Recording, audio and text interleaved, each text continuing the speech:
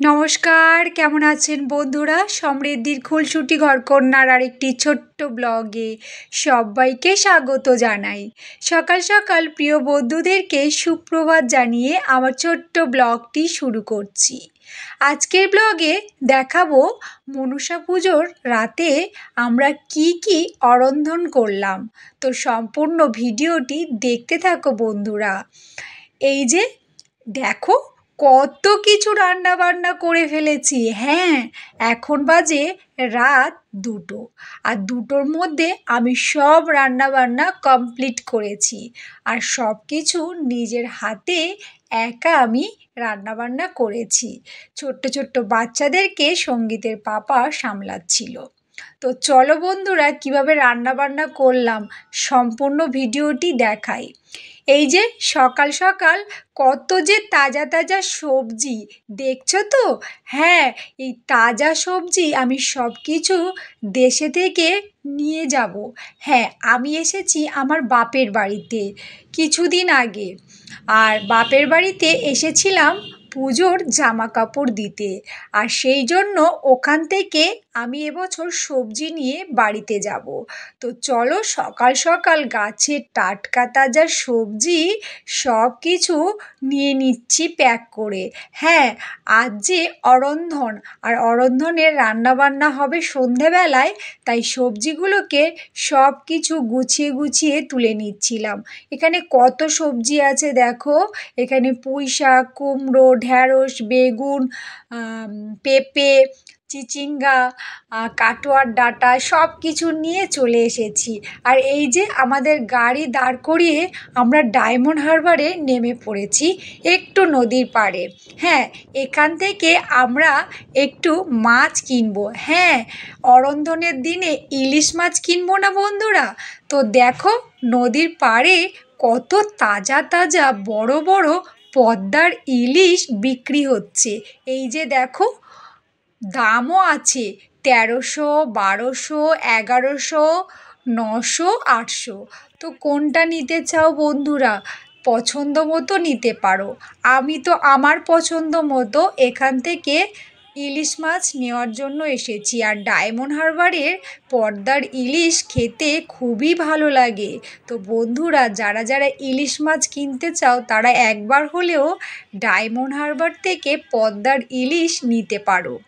তো চলো, আমি আজ নিজের হাতে পদ্মার ইলিশ বাজার করতে নেমে পড়েছি ডায়মন্ড হারবার রোডে। এই যে পদ্মার ইলিশটা এখান থেকে আমি নিয়ে নিচ্ছি। তো এখান থেকে আমি 2টো ইলিশ মাছ কিনলাম, কারণ কাল যে অরন্ধন ছিল সেই অরন্ধনের জন্য আমি রান্না বান্না করব বলে এখান থেকে 2টো ইলিশ মাছ নিয়ে নিলাম। এরপর সন্ধেবেলায় চলে আসলাম, আর এসে নিজের হাতে সব কিছু কাটাকুটি বাটাবাটি সব করছিলাম। এই যে দেখো, এখন বাজে সন্ধে 7টা, আর 7টার সময় আমি সব কিছু কাটাকাটি সব কিছু জোগাড় করছিলাম একে একে। তো যতটা জোগাড় করেছি সেটাই আপনাদের সামনে তুলে ধরলাম। এই যে রয়েছে ছোলা কচু। হ্যাঁ, ছোলা কচু দিয়ে ইলিশ মাছের মাথা খেতে কিন্তু ভীষণ ভালো লাগে। বন্ধুরা, আজ অরন্ধন, আর অরন্ধনের দিনে সবাইকে আমার বাড়ি আমন্ত্রিত জানাই। আর বন্ধুরা, যারা যারা অরন্ধনে রান্না খেতে চাও তারা অবশ্যই চলে আসতে পারেন আমাদের বাড়িতে। এই যে দেখো, আমি নিজের হাতে সব কিছু রান্না বান্না করেছি সারা রাত জেগে।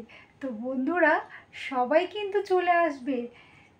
অরন্ধন করা তো হয়ে গেছে, আর আপনারা অবশ্যই আসবেন। আমি তো আপনাদেরকে অবশ্যই আমন্ত্রিত করলাম। সারা রাত জেগে রান্নাবান্না করে কথা বলতে ভালো করে পাচ্ছিলাম না, তবু বন্ধুরা আপনাদের সামনে একটু কথা বলার চেষ্টা করলাম।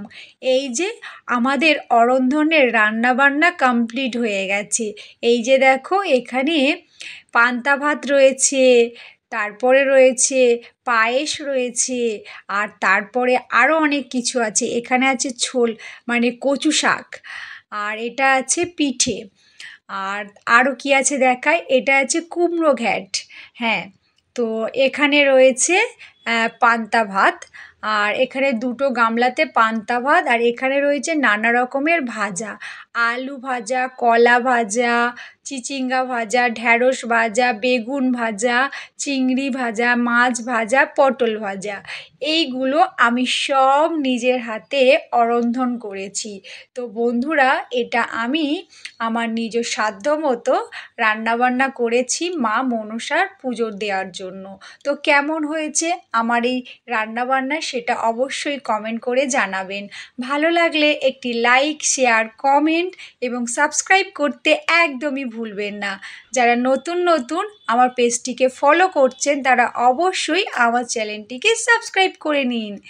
আজকের মতো টাটা বন্ধুরা।